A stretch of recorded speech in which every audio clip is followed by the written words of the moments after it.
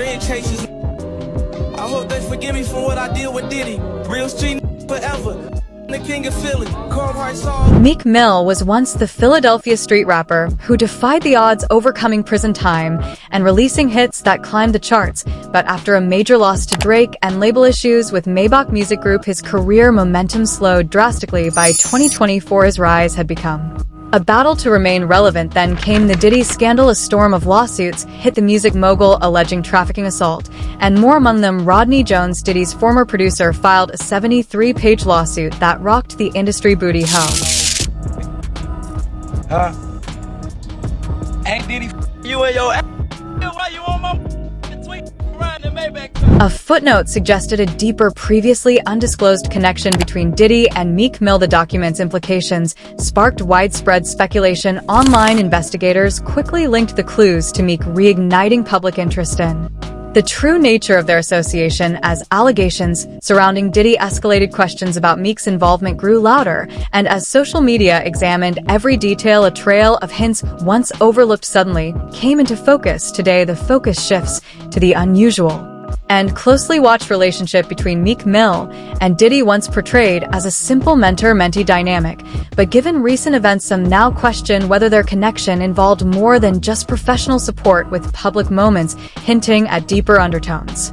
Sean Diddy Combs has long branded himself as hip-hop's ultimate gatekeeper, the power player whose cosign could elevate or destroy careers for up-and-coming artists. Aligning with Diddy meant access to elite circles and powerful connections, offering a path that no chart position alone could unlock. For Meek Mill, a street rapper navigating the aftermath of prison time tied to weapons and drug charges, Diddy may have appeared as a bridge from the block to the boardroom. Their relationship began at a pivotal time for Meek. He was still emerging from Philadelphia's underground, his mainstream breakthrough yet to happen.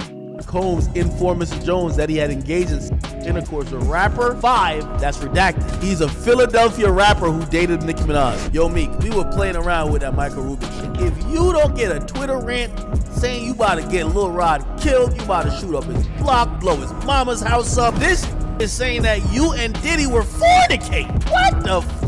Years of releasing mixtapes while battling legal obstacles had defined Meek's early years. His 2008 arrest led to a decade of probation, further complicating his rise. Industry ties weren't just helpful, they were critical to moving from street buzz to sustained mainstream visibility, and Diddy offered exactly that, a lifeline into the highest levels of the game. The connection between Meek Mill and Diddy likely began after Meek signed to Rick Ross's Maybach Music Group in 2011. Given Diddy and Ross operated within the same circles, this positioned Meek near hip-hop's upper echelon, right within reach of its billion-dollar power network. What made this bond notable was the cultural weight it carried. Diddy wasn't just a music mogul, he embodied a legacy of black entrepreneurship in a space where artists historically faced exploitation. For Meek, who had seen peers fall to the streets and narrowly avoided that fate, himself, association with Diddy symbolized a rival. It signaled his transition from survival to success. As Meek's momentum with MMG grew, so did Diddy's visible interest. Their connection appeared to deepen over time. Meek, still rooted in the streets but aiming for long-term influence, may have viewed Diddy as a guide capable of turning local fame into lasting financial power. Do you think it's a lot of undercover brothers in the industry? Oh no, Queen. We don't know nothing about undercovers. Oh no. Okay, because I do. The two began appearing together at prominent events such as the Live Beach Party in 2013 and the Time Warner Cable Studio After Party in 2014. These joint appearances weren't fleeting photo ops, they suggested a more consistent rapport that extended beyond typical industry encounters. In 2015, Meek Mill reached a career high point. He began dating one of the biggest female rap and pop stars, Nicki Minaj, and released his sophomore album Dreams Worth More Than Money, which debuted at #1 and later won top rap album at the 2016 Billboard Music Awards. During this era, Meek continued strengthening his professional ties with Diddy, keeping his industry network tight as his profile rose. While Meek and Nicki were being celebrated as a top-tier couple in music, Diddy remained closely connected, often appearing at key moments in their public journey. The bond between Meek and Diddy moved into the studio, producing the track Cold Hearted on Meek's chart-topping album. The record solidified their mentor-mentee dynamic, with Meek named dropping Diddy alongside Major figures like Jay-Z and Birdman signaling deep respect. By early 2017, Meek and Nicki publicly ended their relationship, marking one of Meek's first major setbacks in the spotlight. Yet following the breakup, his connection with Diddy only intensified. They were frequently seen celebrating, attending elite events, and appearing together across the industry circuit. It appeared that as one relationship ended, another became more prominent in Meek's public life.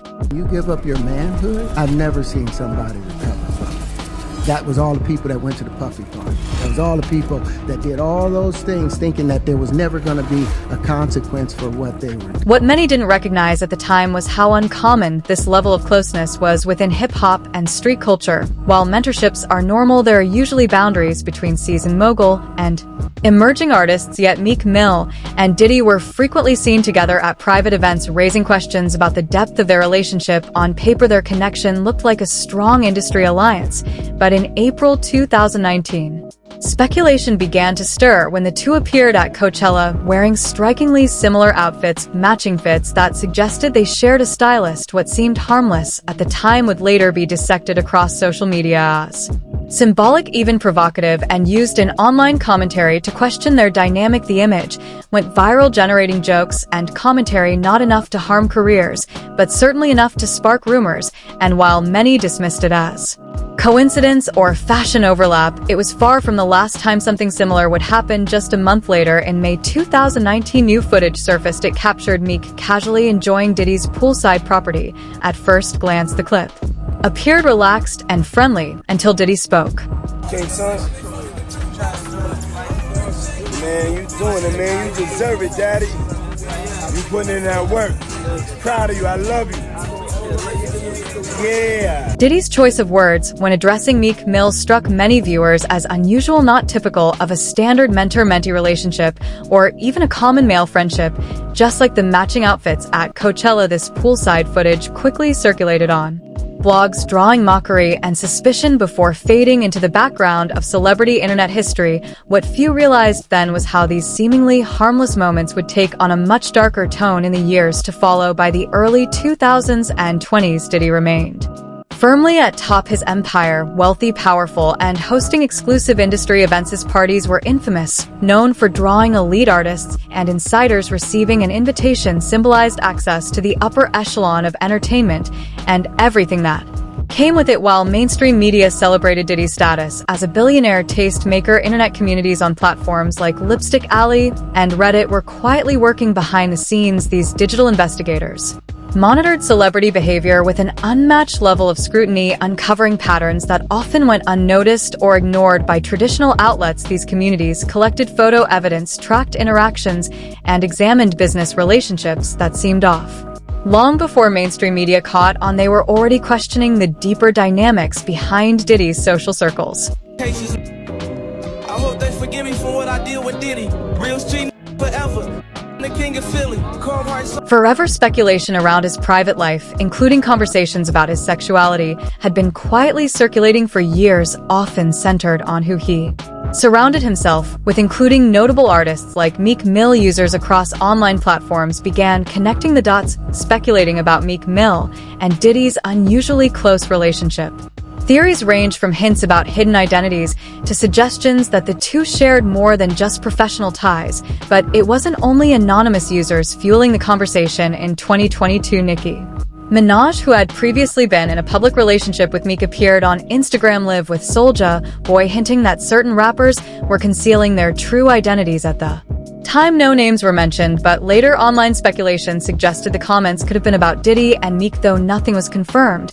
As these rumors gained traction, Meek continued his professional association with Diddy. He appeared at events alongside him, collaborated on music, and accepted his influence in key moments of his career. Despite the chatter, Meek showed no public concern about what was being said online. Whether unaware of the speculation or confident it would stay confined to internet forums remains uncertain, but his decision to stay publicly aligned with Diddy would later prove to be far more damaging than expected. It wasn't until February 2024 when explosive legal claims against Diddy surfaced and grabbed national Headlines that Meek's connection to the mogul suddenly looked like a major liability. What had once seemed like a strategic alliance now threatened to unravel everything Meek had worked for. The countdown to crisis began in 2024 when security footage surfaced online showing Diddy assaulting Cassie Ventura in a hotel hallway, footage confirming allegations she had previously detailed.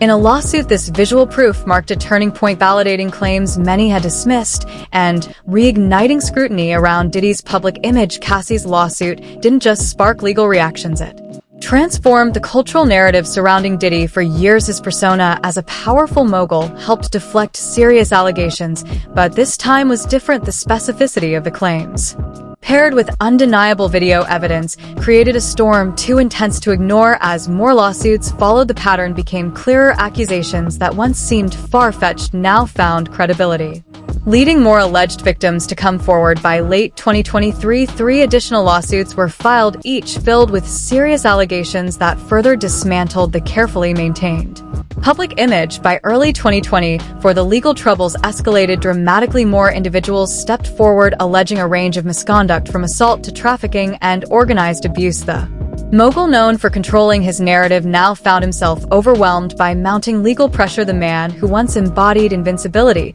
was now at the center of one of the music industry's most shocking legal battles in recent history. This situation was becoming increasingly difficult to manage, like trying to contain a spill with no lid in sight. Beyond Cassie's lawsuit, another major legal bombshell surfaced, this time from Diddy's former producer Rodney Lil Rod Jones. Having spent over a year in the mogul's inner circle, Lil Rod filed a detailed 73-page lawsuit that quickly overshadowed all prior accusations. The filing described deeply troubling conduct, including claims of drugging drinks, unauthorized recordings of encounters, and the orchestration of a criminal operation hidden behind the facade of a music empire. Late-night studio sessions allegedly turned into something far darker than simple music production. But what truly caught public attention was a footnote tucked on page 13, one that would ignite social media within hours. It referenced a Philadelphia rapper known for dating Nicki Minaj, allegedly having intimate relations with Diddy. No names were mentioned, but speculation grew rapidly, with many linking the description to Meek Mill. As discussions spread, earlier footage and images of Meek and Diddy resurfaced, the matching outfits, the poolside moment, and frequent public appearances. Suddenly, what had once been dismissed as close friendship was re-examined through a much more controversial lens. This time, public interpretation shifted sharply as online commentary flooded platforms with speculation about the true nature of their relationship.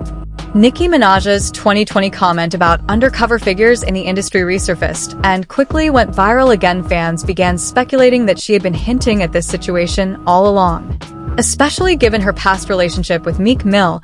As someone who had shared a close connection with him, her remarks now carried renewed weight. During Meek's highly visible alignment with Diddy, Nicki would have had insight into aspects of that relationship the public never witnessed. Once the allegations gained traction, Meek responded with a series of tweets seemingly aimed at asserting his masculinity. He posted about his personal habits, claimed to be a gangster, and issued vague threats toward those questioning him, though never directly addressing Diddy. Despite these efforts, the public response was swift and unforgiving. The tone of the tweet struck many as overly defensive, and instead of quelling rumors, they intensified them. Online platforms quickly filled with memes and parodies. One viral image reimagined Meek and Diddy as stars of a fictional film titled Diddy Diddy Bang Bang, a twist on the classic Chitty Chitty Bang Bang.